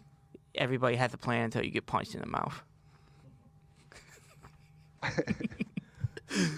I think that's exactly what it was. But it's like because that game literally played out exactly the way the first one did. They wanted to run with Aaron Jones. They do early, and then they get themselves into 3rd and 8s, and it's like, oh, well, hopefully Rodgers can bail our asses out. And it just constantly, and then same thing, 49ers can pin their ears back and get pressure. I mean, it was a carbon copy of that first game almost. Anytime they get you in 3rd and long, 5 or longer, you're done. Yeah. You're absolutely, like, the Chiefs have to be able to stay on schedule. That's what the Chiefs have to maintain 3rd and short, 3rd and less than 5, because if not, that Niners defense is going to absolutely eat. And I don't think anybody was chipping Bosa either. I didn't see one time. He chewed up Bakhtiari. Well, that's what I'm saying. I don't think Bakhtiari had any help either. He didn't. Like I assume here that they'll have Kelsey or somebody chip Bosa because he's a game wrecker. It's like when we had Dwight Freeney and Robert Mathis, they were seeing 3 guys every single play. It was the tight end would get a piece of him, the tackle would get a piece of him, and then even the running back would chip him. It felt like Bosa was never chipped, which is something that a new head coach and a new offensive coordinator is going to have to figure out. And that's going to be something I think going into this offseason. Aaron Rodgers is going to have a better grasp of this offense. So let Aaron Rodgers go out to Malibu, do some yoga out there with Danica, look out at the ocean, and think about that offense and how we can make it better. You got to remember, Aaron's one of the most cerebral and smart humans to ever play in the NFL. Yep. That is not just like, hey, he's our friend, we're going to kiss his ass. That is real. He's one of the smartest humans to ever play in the NFL. I think once he gets a better grasp on it, he'll probably offer up some suggestions. They know their weaknesses now. They have to be able to stop the run game, maybe shore up that offensive line a little bit. But them not chipping Bosa throughout that entire game seemed like a big flaw in my eyes. And I talked to a friend of mine who played against that team. And I guess if you chip Bosa hard, like you have to get him. If you chip him a couple times, it becomes a different animal because Bosa is a fighter. Bosa wants to take that guy on, right, and the other guy. So now you got him thinking about 2 people. It's a whole different ball game. But I feel like the Packers didn't chip him at all, and they were just eating however they wanted to eat. And Bakhtiari, Bakhtiari is very good at football. But whenever you got an elite specimen on the other side and you're going one-on-one, you're going to lose sometimes. And it felt like that happened. And the rest of the team ate as well. Yeah, I guess it didn't matter because, the defense sucks anyway. They need to fire Mike Pettin. You can't give up 300 yards and expect to win. But, Chip and Bosa would have helped as well. Let's get to a break. Ty, did you get that off your chest there? I've been waiting to say. I've wanted them to fire Mike Pettin for like 3 years now. And granted, you bring in those guys and the Smith brothers, and they have, a huge impact, and people act like it was Mike Pettin that was doing it. The guy stinks. Get rid of him. He stinks. When was the last time you were driving through a storm and thought, wow, I love not being able to see when I drive? I've never done that. How many times do you think Pettins thought that? Probably every day because he's a bozo. I did not expect this to become a Mike Pettin hate fest right there. Get him out! Well, driving in bad weather doesn't have to be a headache, thanks to the new Michelin Endurance XT silicone wiper blades. These blades last through everything. To prove it, Michelin just put their new Endurance XT silicone wiper blades to the ultimate test on a world record-breaking 16,000-mile drive from Alaska to Argentina. To show just how durable these blades are, Rainer Zietlow was the man behind the wheel, and he put the Michelin Endurance XT silicone wiper blades through ice, snow, rain, thunder. Wow. Feel the thunder. Lightning and the thunder, and wind, and the blades took all of it right to the mouth.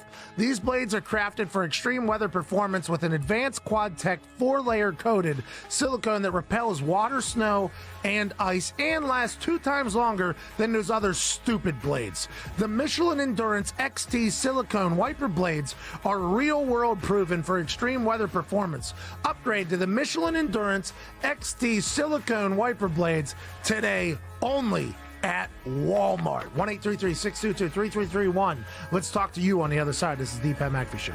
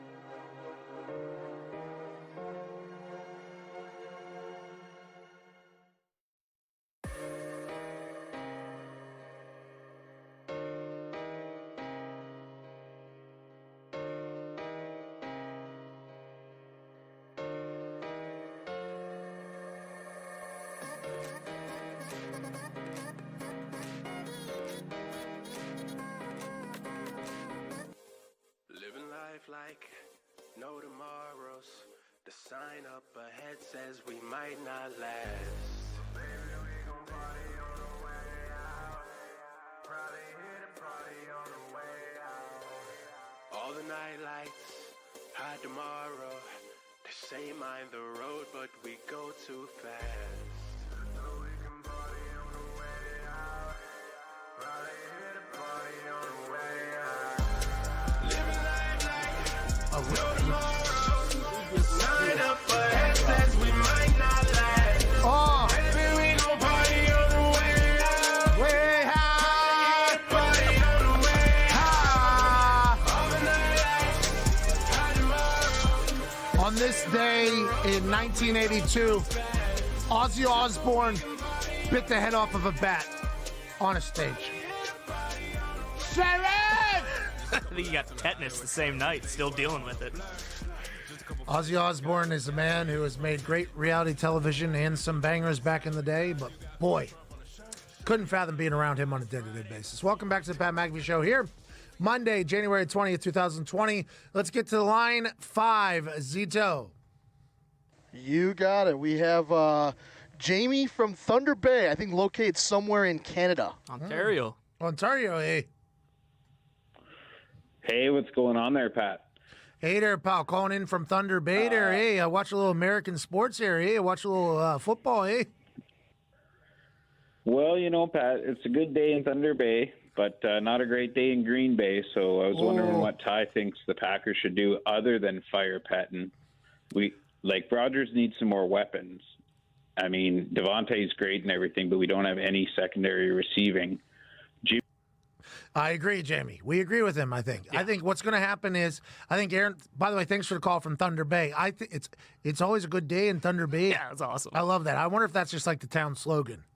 Like, hey, it's a good day at Thunder Bay. Hey. I love that. I want to do a Canadian tour at some point. That'd be great. Now, granted, we did one weekend tour and canceled the next weekend tour because how bad I hated being on tour. But yes, going to Canada would be cool. We have to do that at one point. I love the fact that he's a Green Bay Packer fan because as are we.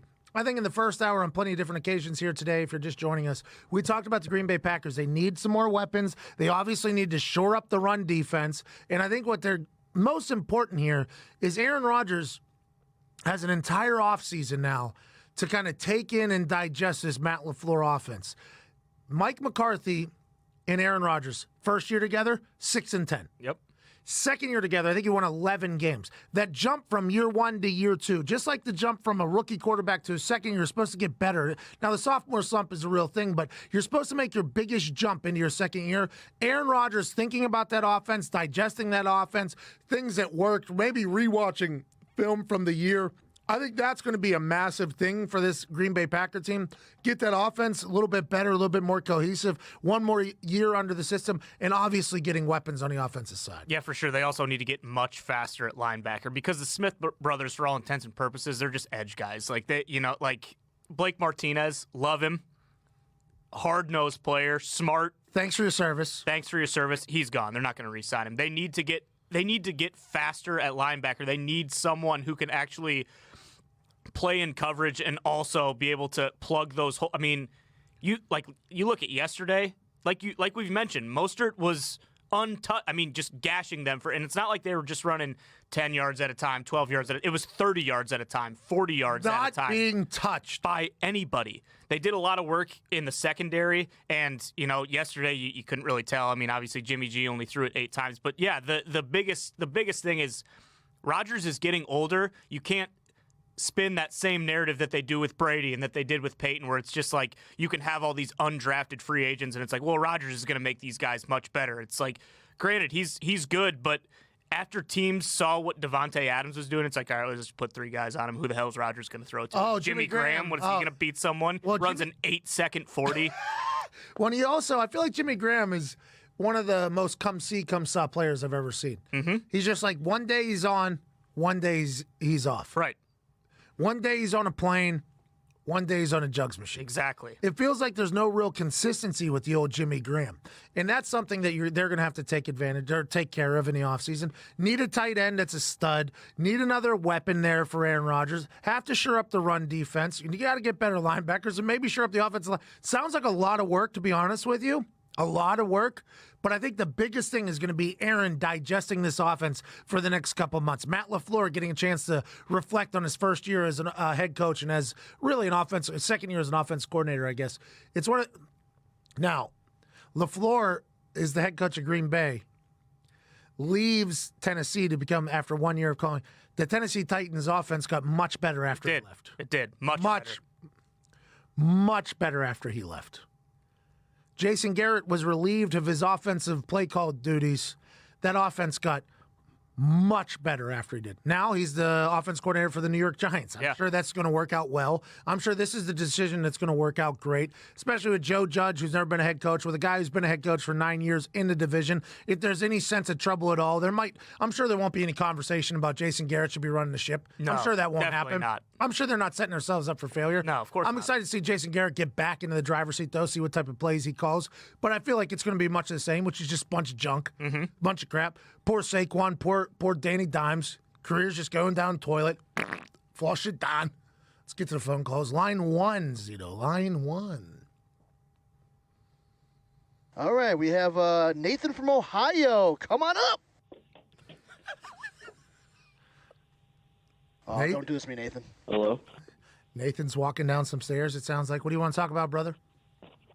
Hello, so I was just, I think I know who the Patriots' replacement QB is going to be. Oh. Okay. I think it's going to be Andrew Luck is going to come out of retirement and play for the Patriots.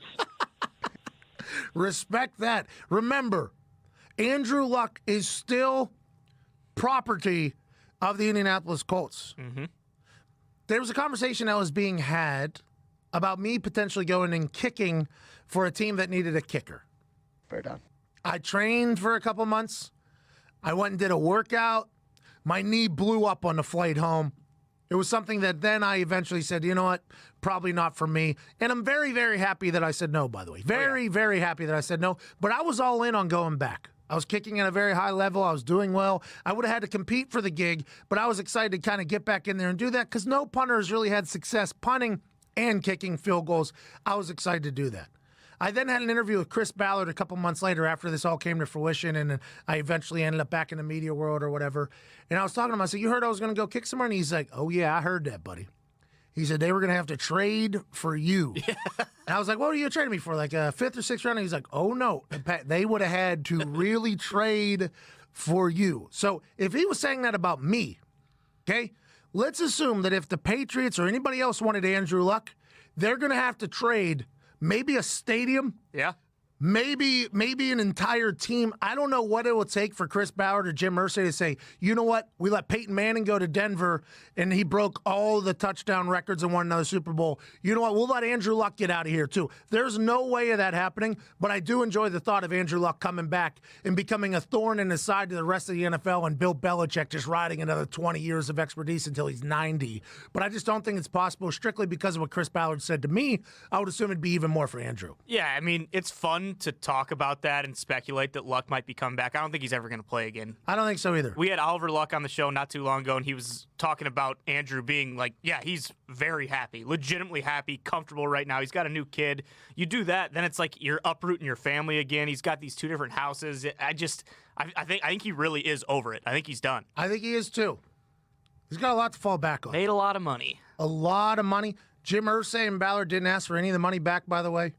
Pretty good degree as well. Pretty good, like #1 architectural engineering prospect on Earth right now, I guess. Probably could build a building over here. I seen one yesterday that's built like this. I don't know how the hell they do it. Yeah, I have no idea how they do it. It's a bad Tetris. Huh. It's a bad Tetris, Zito? You ever play Tetris when you build it up wrong? And it's just horrible for the game? And you can't get a Tetris?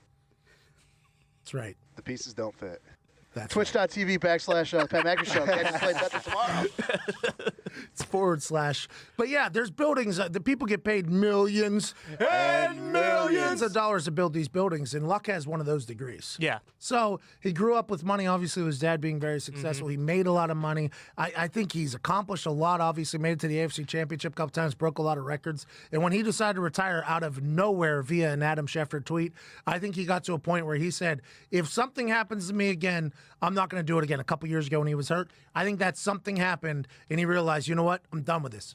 Life is too important for me to continue to do this. My happiness and my family's happiness is too important for me to continue to do this. Because to retire 10 days before the season starts, to retire in general is very difficult. I mean, I retired on Comedy Central and got choked up doing it. I mean, Luke Kuechly, Andrew Luck, I'm sure it was a massive decision for him to do it.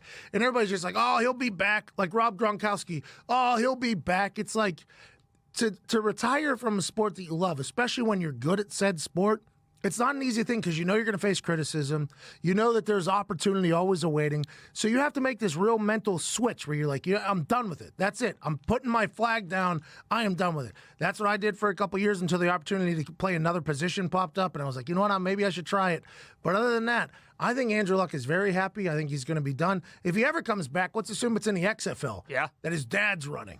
Well, and you know this, maybe not to the same degree as like those guys do, but I can only imagine that when you've been getting your brain bashed in and then you have that year off and you wake up every day, it's like, oh, wow, I actually feel pretty good this morning. My knees. Yeah. When I wake up and I feel like, you know what? I feel like I'm 18 again. Oh, I can actually walk today. Oh, my God, this is awesome. Yeah, it's nice to be able to walk around. That has been a very good feeling. Now, granted, I'm sure I'll make a decision to do something that'll ruin that. But it is a nice decision. That's your choice. And aside from all the human aspect of it with Andrew Luck, Chris Ballard is not going to let that happen. No. Especially with the quarterback. I mean, Tom Brady might be a quarterback for the Colts. Yeah. Or Phillip Rivers looked like he was throwing a med ball there a couple times. He could be quarterback. Phillip Rivers moves to Florida, where every white goes to retire.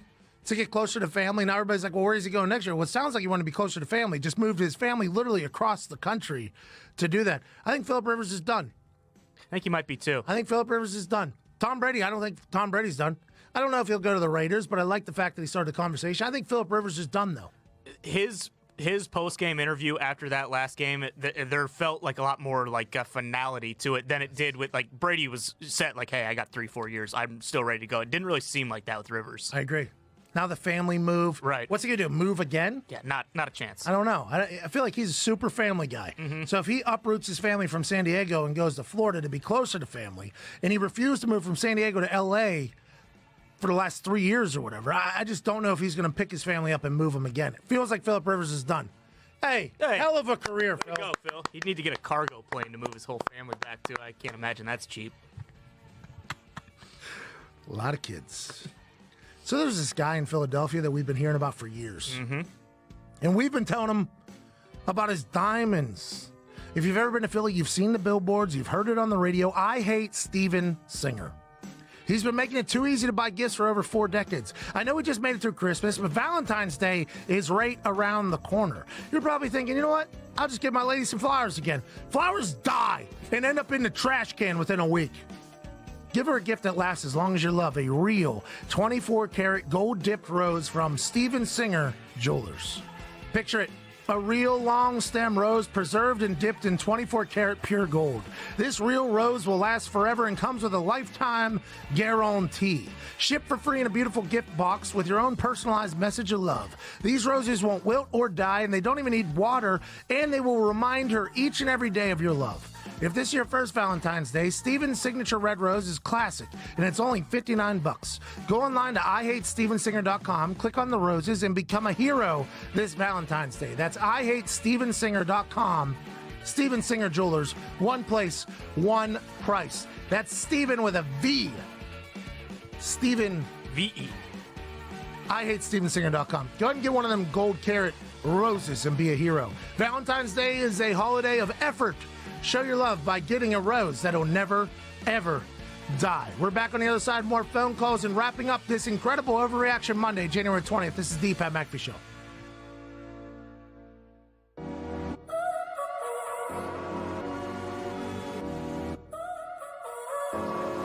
So now you're here again, knocking at my door. A little too late for, I'm sorry for. The lights went out 'cause you kept cutting the cord. And I started to fade into your gray. See, I finally opened up my eyes, and I saw me coming back to life. That I'd be better without you inside.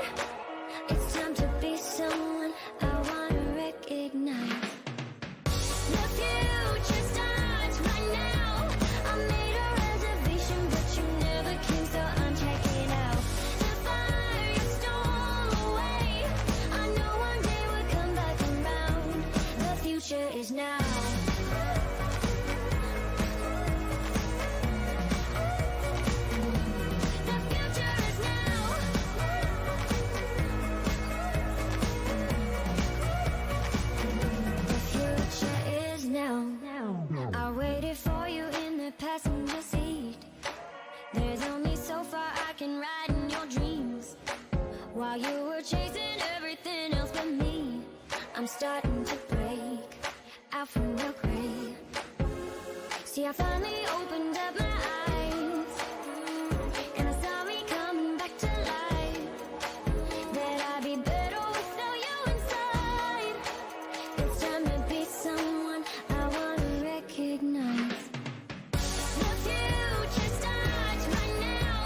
I made a reservation, but you never came, so I'm checking out.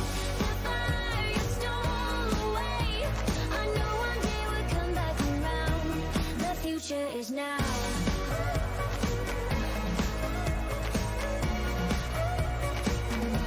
The future is now.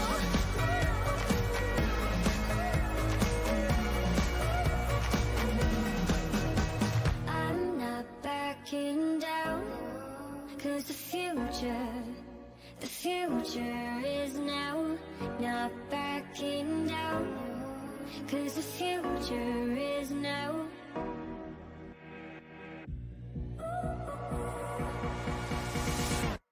The future starts right now. I made a reservation, but you never came, so I'm checking out. The fire you stole away, I knew one day would come back around. The future is now.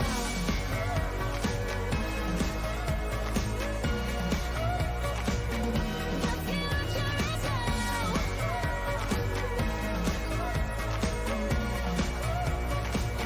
The future is now.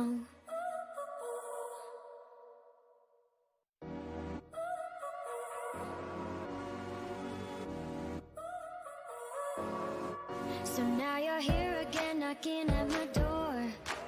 A little too late for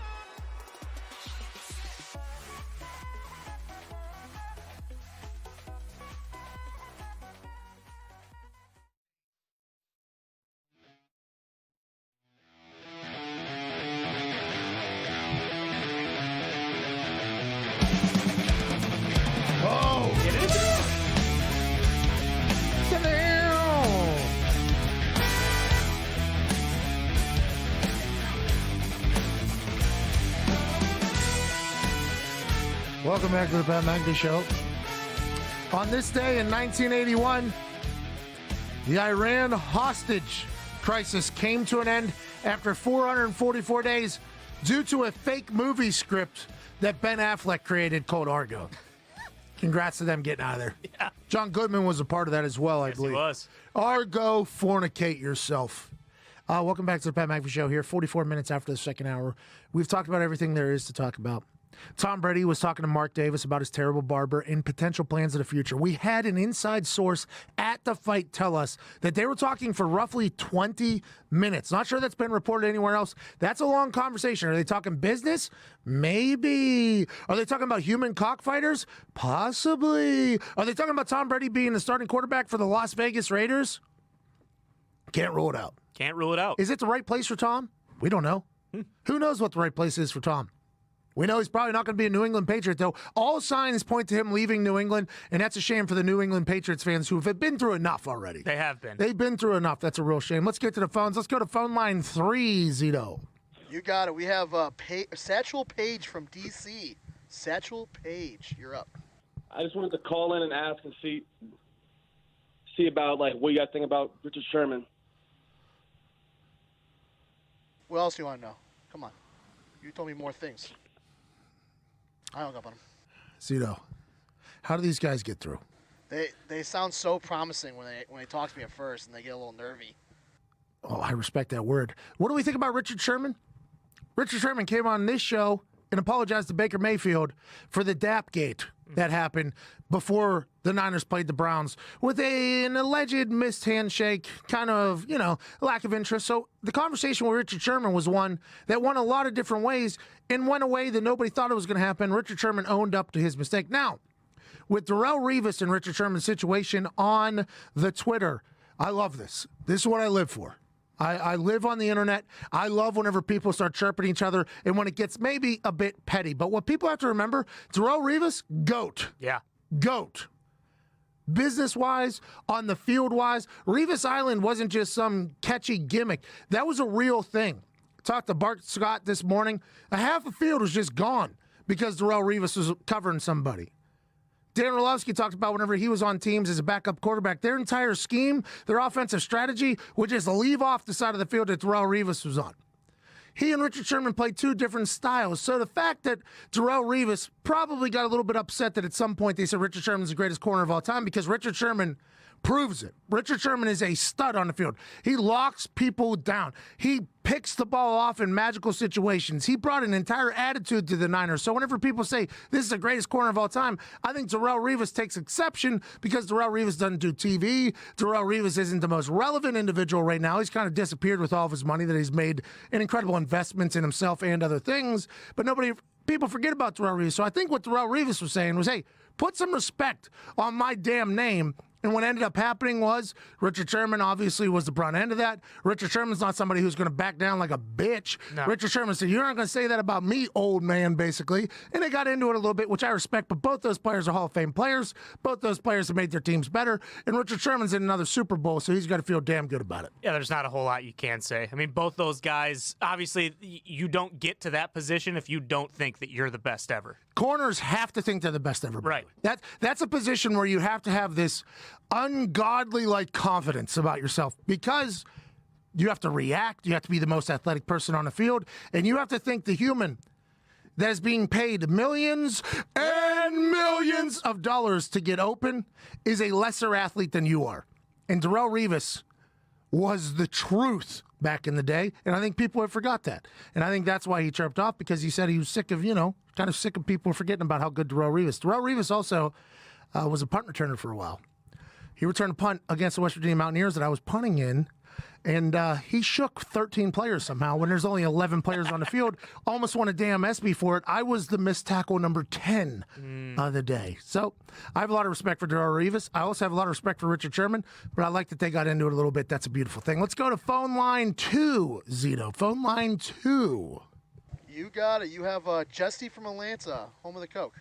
You know what? Coca-Cola is actually in Atlanta. That is a good call, and shout out to Coca-Cola sending us just pallets of stuff. We have the most Sprite and Cherry Sprite and Smart Water out of any office in Indianapolis. Shout out to Coke. And also Atlanta, home of other Coke as well. Right. This guy might be buzzsawing through some... Hey, what's going on, brother? Another day in a gangster's paradise, my dude. How are you? You know, I wish that I had Jesse's girl. Jesse's girl. Sorry, Jesse. What's going on, pal? Oh, Not much, Pat. I don't really have a question. I just wanted to say, first-time caller, long-time listener, you the man. I really enjoy your show. It helps me get through my week. Keep doing you, brother. Jesse, this means so much. Thank you, man. I appreciate whatever you're doing down there in Atlanta. Stay off the cocaine because there's a lot of that down there. We don't need you dying. We appreciate the hell out of you too, Jesse. Attaboy, Jesse. Good guy. Jesse. Jesse just comes in and makes me feel good. Great guy. I like Jesse a lot. Let's get to the other phone. Is there anybody left, Zito? Yes, sir. I got someone right here. Perfect. Someone right here. What's going on? I have Andrew from Kansas. What's up, boys? Andrew, what's going on over there in Kansas, pal? Oh, man, everybody's hype, baby. Going to the Super Bowl. I have a question for you. Kansas City, Missouri is the home of the Kansas City Chiefs. Do the people of Kansas also claim the Kansas City Chiefs as their own? The people of Kansas do. Kansas City, Missouri. It's all kind of mushed together. I mean, I don't know. Two different places. But anyway, my question. I was watching that Chiefs game yesterday, and I think it hit me when Tyreek Hill did like 47 stutter steps before he scored. Got to the point. Is he gone? He's stuttering, I think. Yeah, he hung up. He got a little scared. Is that serious right there, Zito? Zito, what the hell have you done to these people? I talked to him for like 10 seconds. I swear to Zito just hit the hang up on that guy. Yeah. Zito has been having such a bad day on the phones. He didn't even let our friend from Kansas finish his thought. I think he was going to talk about Tyreek Hill stuttering or whatever. Tyreek Hill is this guy that obviously they call him the cheetah or whatever. Mm-hmm. But somehow Veach, the GM there, found another one in McCole Hardman. What Tyreek Hill used to do is these distraction pre-snap, like he'd come in motion. They have McCole Hardman doing that now. They have McCole Hardman coming back and forth, so they can get a read on the defense. Are they in man or are they in zone? And they would use him as a distraction, and then they would be like, oh, we have man. Okay, Tyreek Hill is lined up on one guy. This is a guaranteed touchdown. That's basically what happened yesterday. They used another guy who's just as fast as Tyreek Hill somehow. Just as fast. I have no idea. By the way, I wish I was at their OTA workouts, because in the OTA workouts, that who's faster than who conversation heats up very quickly. I mean, that is something that if you're a fast dude and somebody else acts as if they're faster than you, it's almost like G-code, like you have to race right now. I would love to see that Kansas City Chiefs team accidentally get into a who's faster than who argument, which boils into an actual race on the field with people gassing it up and everything like that, because they are explosive. But Tyreek Hill has done so good because he's obviously faster than everybody. He's quicker than everybody. He has this ability to spin on a dime and make people look stupid. But the fact that they got McCole Hardman also has helped Tyreek Hill a lot, because now they can't just have the safety cover up over top for Tyreek Hill. They have to do it for this other guy that's incredibly fast. Then you had Sammy Watkins in there, and then Robinson, and Travis Kelce, and then the running back as well. And then Patrick Mahomes now can get loose and hit a circle button on you. That Chiefs offense is dynamic, and they're the reason why I think the Andy Reid curse ends in 2 weeks against the San Francisco 49ers. So do you think, in terms of just both sides of the ball, Chiefs offense is more dominant than Niners defense? I have no idea, man. I guess that's what we have to talk about for the next 2 weeks. Yeah. Do we think that Niners defense that has made very good people look very bad, have looked very bad against that Niners defense? Front four is hungry. The back end is stingy. I mean, that Niners defense with the mindset of Salah, who somehow didn't get a head coaching job. Yeah. Somehow Robert Salah did not get a head coaching job. Bieniemy, the offense coordinator for the Chiefs, which are this dynamic team, with Patrick Mahomes as quarterback for the Chiefs, they've averaged 33 points. That's the most in professional football history. Offense coordinator, Bieniemy, not a head coach. Robert Salah, not a head coach. So now, not only do you have coaches with a point to prove, so they're probably going to study a little bit more film, you got a lot of players that have been talked bad about all season. Kansas City Chiefs, they lost a couple games there early, and I did not fully understand why they were still ranked in the top 10. Then that bye week happened, and buzzsaw happened. And that Niners defense can win them a game if they need to. With that running game that Kyle Shanahan has divided, and with Kyle Juszczyk, I mean, this is going to be a slugfest. This is going to be a game where people are going to try to outwit the other. The Chiefs won't be able to start slow against the 49ers. We said this over the past 2 weeks. Chiefs start slow. They make stupid mistakes. Can't do that with the 49ers, especially with that knockdown, shutdown defense they have. That's why Super Bowl 54 is going to be must-watch, and I can't wait to talk about it for 2 more weeks. Big thanks to Rob Ninkovich for joining us in the first hour. Thanks to all of our callers, even that bum from Kansas who hung up on himself, Zito says. We got to get on a plane back to beautiful Indianapolis, Indiana. It's been a Overreaction Monday, January 20th. I hope the next show that you listen to is better than this show. Because although we covered everything, Conor McGregor, Tom Brady, the championship games, the next one's going to be better. This has been the Pat McAfee Show from New York City.